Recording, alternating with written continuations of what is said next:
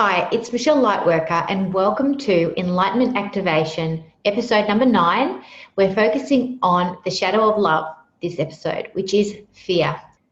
And I spoke to 6 individuals about how they transform fear into love.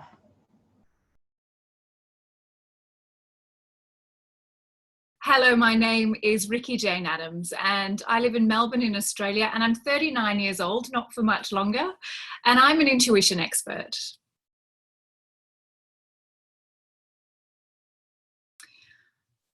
I have been a spiritual seeker all of my life, but it was in my mid-30s after the birth of my second child that I realized that my spiritual seeking had been built on a faulty foundation.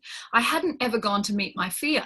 I had only kind of covered up with new age trinkets and superstitions what I was really afraid of. So it all began for me really when I was brought to my knees and realized that I had strayed so far away from my purpose, which is awakening consciousness, that I was living in a constant state of fear.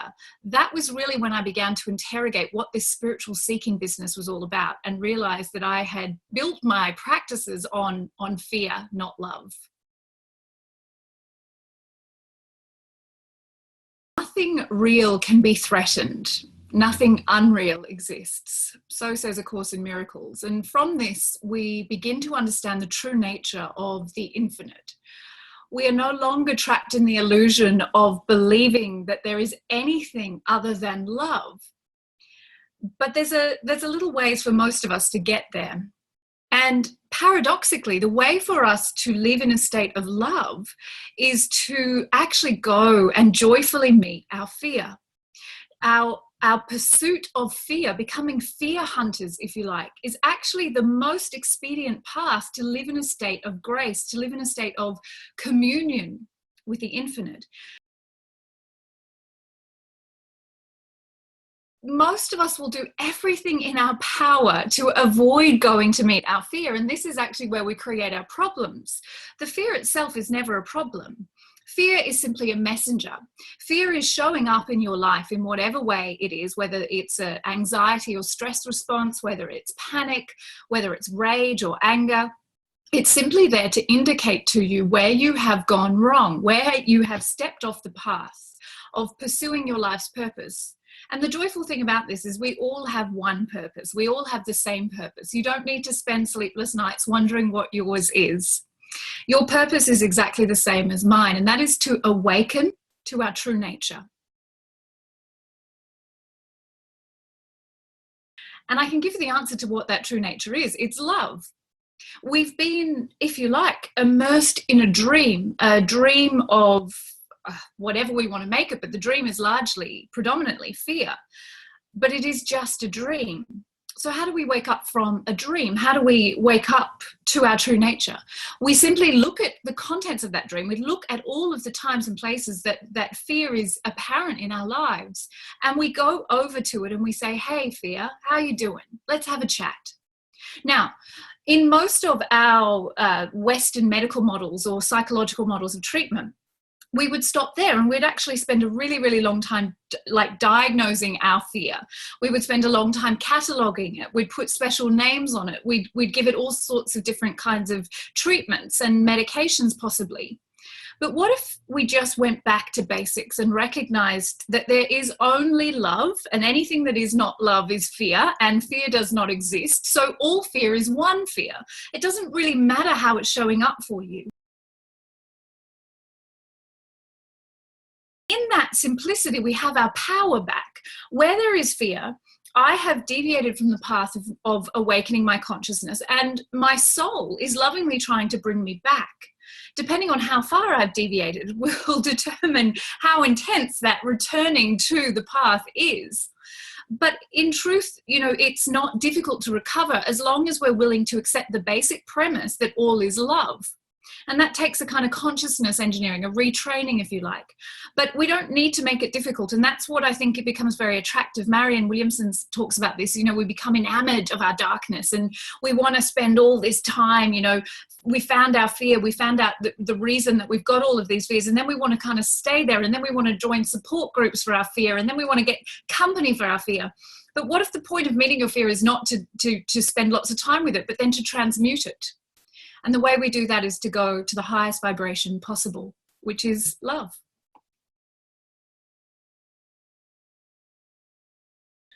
Hi, I'm Angela Hryniuk. I'm 54 years old. I'm from Canada originally, now living on the Gold Coast, and I'm a teacher of spiritual teachers. What's the disease that's killing us right now is loneliness. People are rampantly turning to addictive behaviors to fill that void which is in us, caused by loneliness and disconnection. In my recovery years, I'm a recovering alcoholic. I was out of a relationship for 6 years.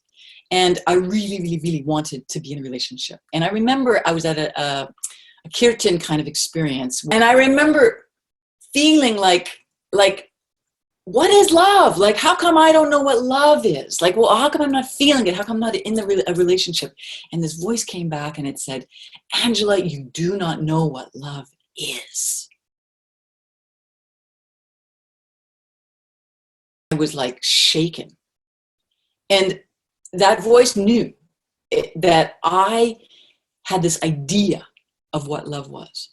I was fearful of getting close to somebody. It was this intimacy thing that I was afraid of. And so my work has been, since that day to this, coming into that little girl inside of me that was so wounded and so burnt from people who didn't know how to love. They knew how to put conditions on me, but didn't know how to love me. And now I have to face fear. You know, we face it down every day, every time we're ascending to our next place. And it all comes back to self-love first, right? Like, can I unconditionally love myself? The unlovable bits, right? Because I think that's the ascension. It's like, you know, we got to love ourselves, and we do it from a place of the old world view of, I'm going to take a bubble bath, or I'm going to go for a massage or whatever. And now it's like those unlovable bits, you know, when I feel the shame or the guilt or whatever, that's the higher level of unconditional love. It's like, oh, I don't like this part. Blah. Then if I can be unconditionally loving with myself, that's when I'm going to be able to be unconditionally loving of my partner, of my stepson, of my students, my clients, whatever. Love to me is not a feeling. Love is a state of being. And I'm coming from a Buddhist perspective, a Tantric Buddhist perspective. And we don't bandy around the word love per se, but we do talk about ultimate reality. And, you know, when I've questioned my Buddhist teachers around how come we don't talk about love in Buddhism, we talk about ultimate reality, it's come to the conclusion that it's the same thing.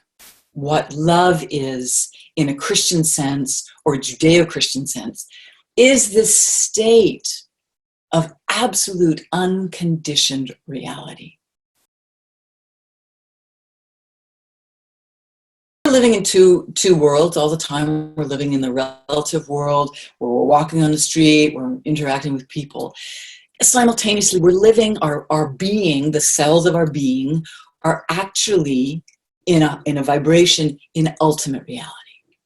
But the bridge between the two, we forget about. We forget that we have to bridge and walk in these two realities, the physical and the ultimate or the absolute. And it's that absolute place of unconditionality, which the Christians call love, and which the Buddhists call emptiness, or fullness, or voidness, or bliss. And it's from that state, I mean, if people could meditate and cultivate, even intellectually, that we're all interconnected, right? And that the essence of who we are is always in interconnection. which is a bliss state, which is a higher state, if we could come into that place, then fear gets eradicated. We don't feel alone. We don't feel isolated. We don't feel separate. So, love. Hi, I'm Melissa Feick, and I am 50 years old from the Annapolis, Maryland area in the US. And I am a metaphysical geek and a spiritual teacher.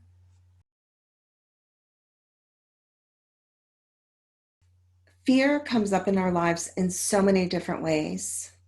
When I was in high school, I was bullied to the point where I would walk down the halls and people would just say things, and I'd be in class, and it was very detrimental to my psyche and who I was. And I thought I would always be that person that they told me I was, a very lower person than everyone else. And as I started working with myself and working on myself and meditating and really connecting to that wholeness and oneness of myself, that fear of being that person, those emotional ties to that story started to dissipate and disappear. And that story is one of those stories that I forget I even had. Anytime my victim comes up, I call it out. I say, I know that is my story of victim, and I will no longer let my ego choose that story. I know inside fully that I am whole, I am loved, and I am one.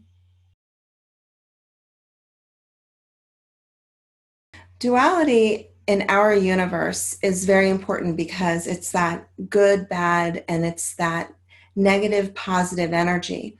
And the ego thrives on duality. The great thing about right, wrong is that the ego loves it. It thrives on it. It wants to be right, or it wants other people to be wrong. If someone else is wrong, that means the ego's right.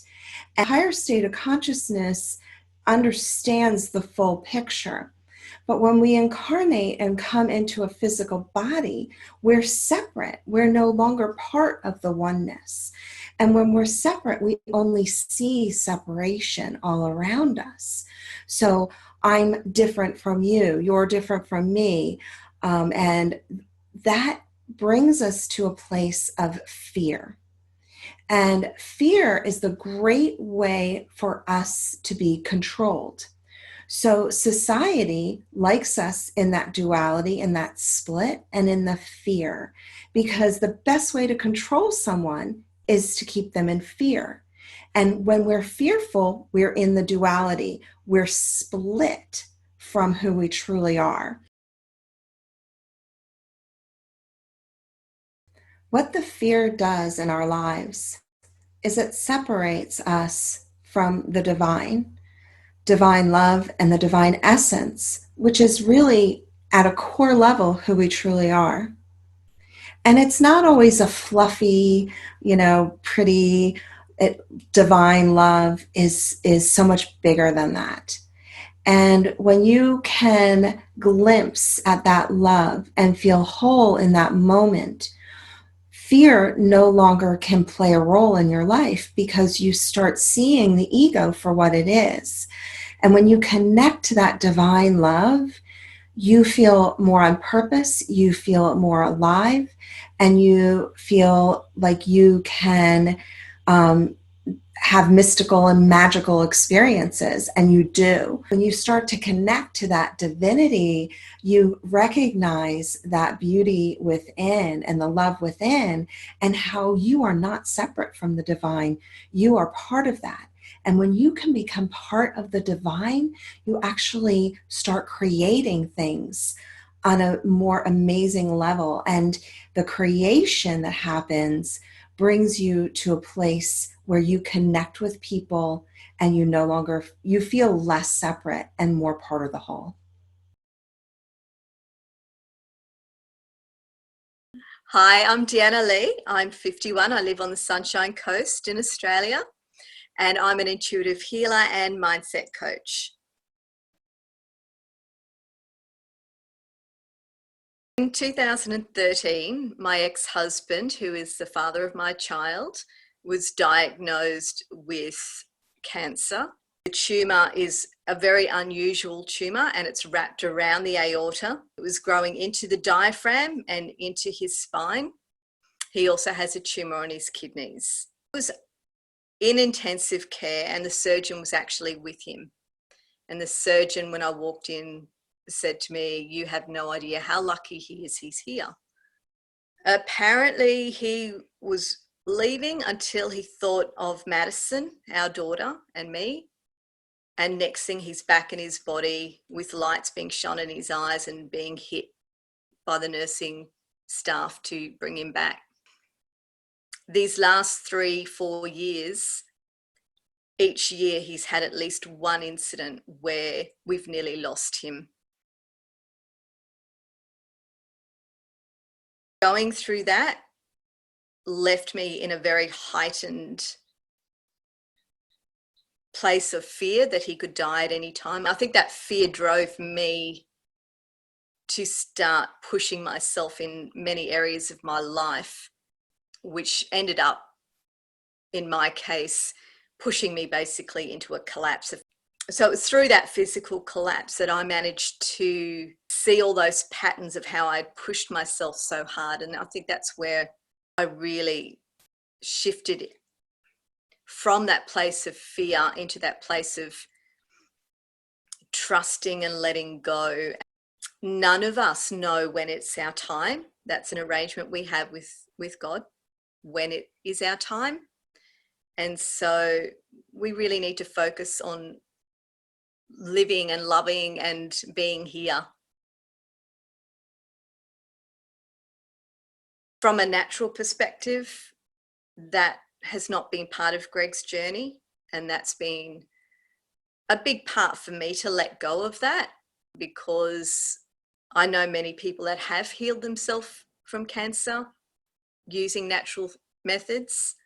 There was a big acceptance and letting go of letting him have his journey how he wanted to have it without me imposing my values.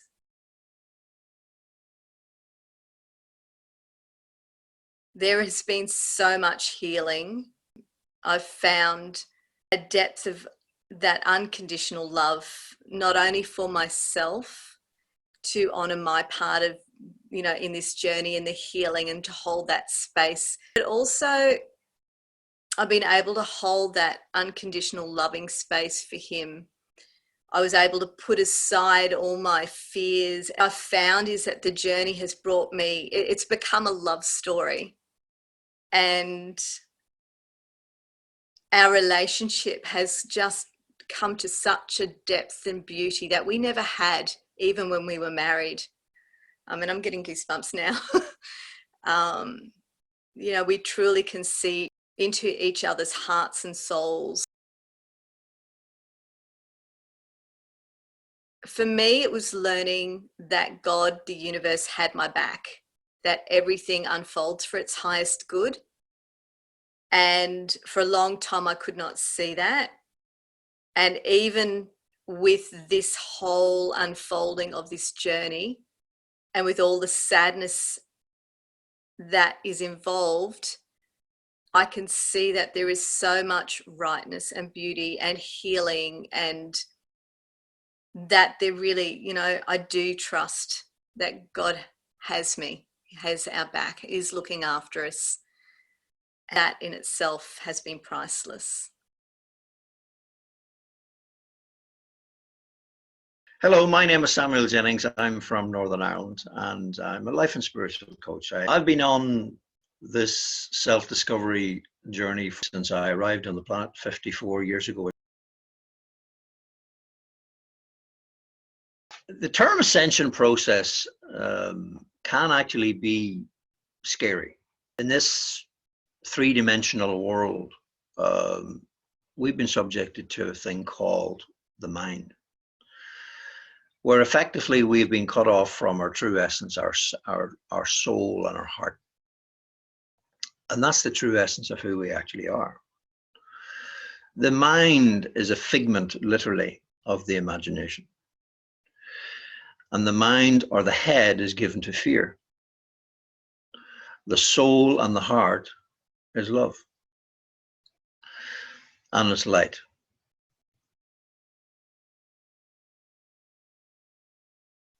Emotions and thoughts are completely and utterly to do with the mind.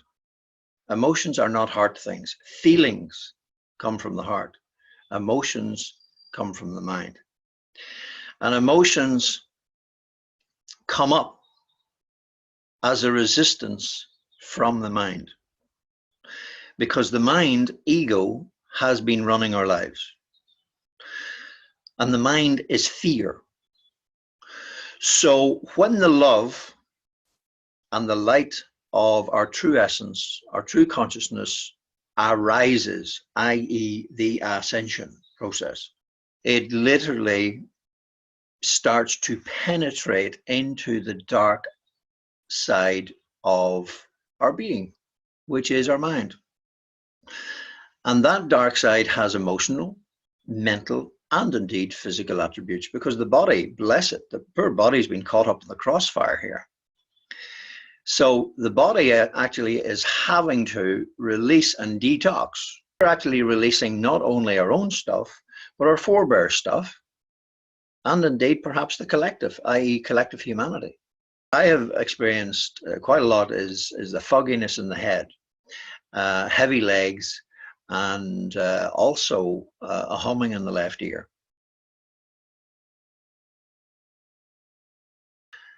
The soul is love. The soul is light. So the ascension process is quite simply returning back to who we truly are. So it's our divine right. It's our essence. What is now happening? It's the end of the world as we know it, which is the end of the mind, the world of the mind, and the return to the soul. I call it the I am essence. And the I am in you is the same as the I am in me. So we've been brought through experiences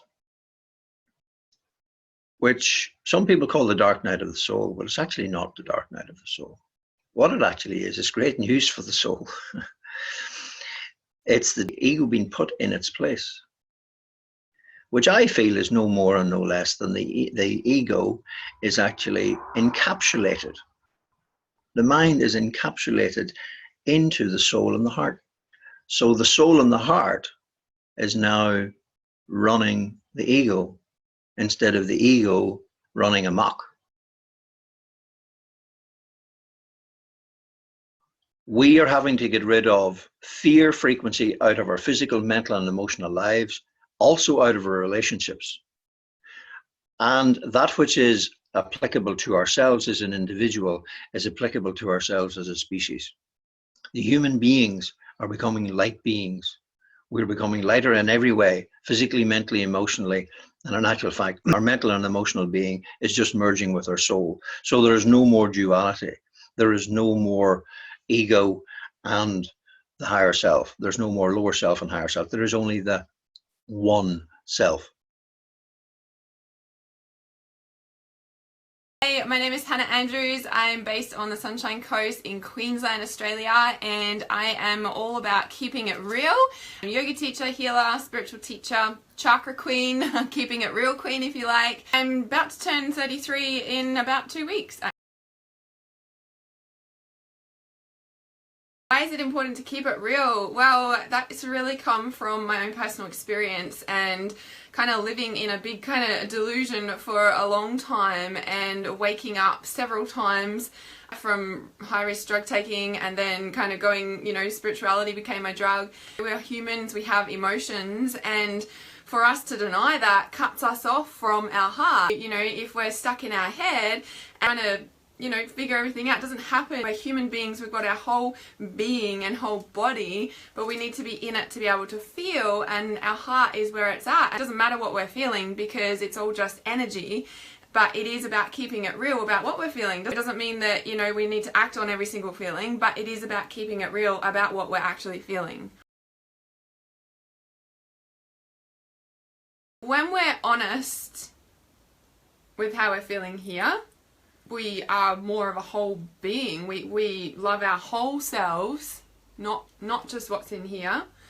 We can love the entire part, because when we're here, we are ever expansive, and like, I can't really describe that feeling.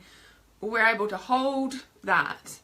Whereas here, it's like I think that you love, but it might be an egotistical love, or, there might be a lot of actual self-hatred and stuff from a negative self-talk that's not even conscious. A lot of people are afraid of this. They're afraid of loving themselves and accepting them whole selves in itself as well. So, how does keeping it real help us to love ourselves more? Well, we're number one, honest with ourselves. We're honest with exactly what's going on, and that keeps us for a very clear and real reality about the truth of what's going on in any situation in our lives.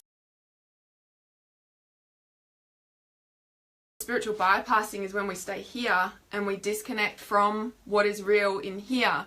It's like, do this process, do this meditation, do this, and it's all here and analyzing, rather than actually dropping into the body and just feeling it for what it is, because the reality of life is here to feel and to love and to be, and we can't be when we're just cut off and up here. It's a whole being, right?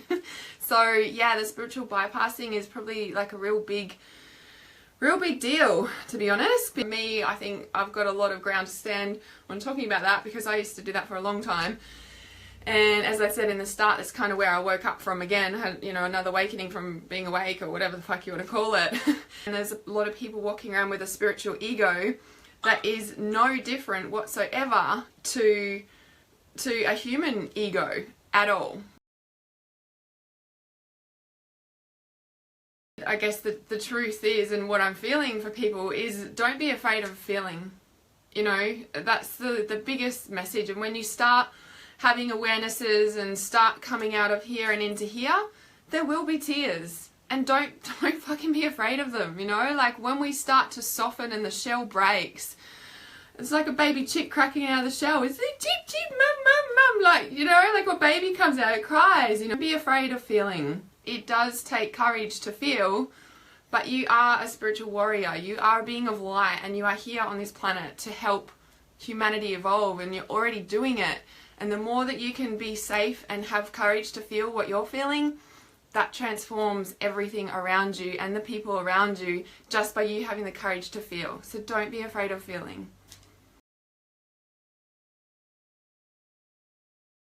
So what do you think? Fear itself can be an activator for our enlightenment if we see it as a calling card to return back to our infinite nature, which is love. Whether it's allowing ourselves to spend some time swimming around in our fear for too long, or whether it's really questioning those words that people use to define who they think we are and overcoming those, or whether it's realizing that we have hearts, and that if we live up in our heads and allow ourselves to disconnect from our infinite nature by way of our thinking, that we create separateness. We create the vision of separateness, and we see the world as separate. Let's not be afraid to call in the higher vibration of love. Let's not be afraid to feel it. Let's not be afraid anymore to connect with who we really are. And that way, we can feel that connection with everyone all the time.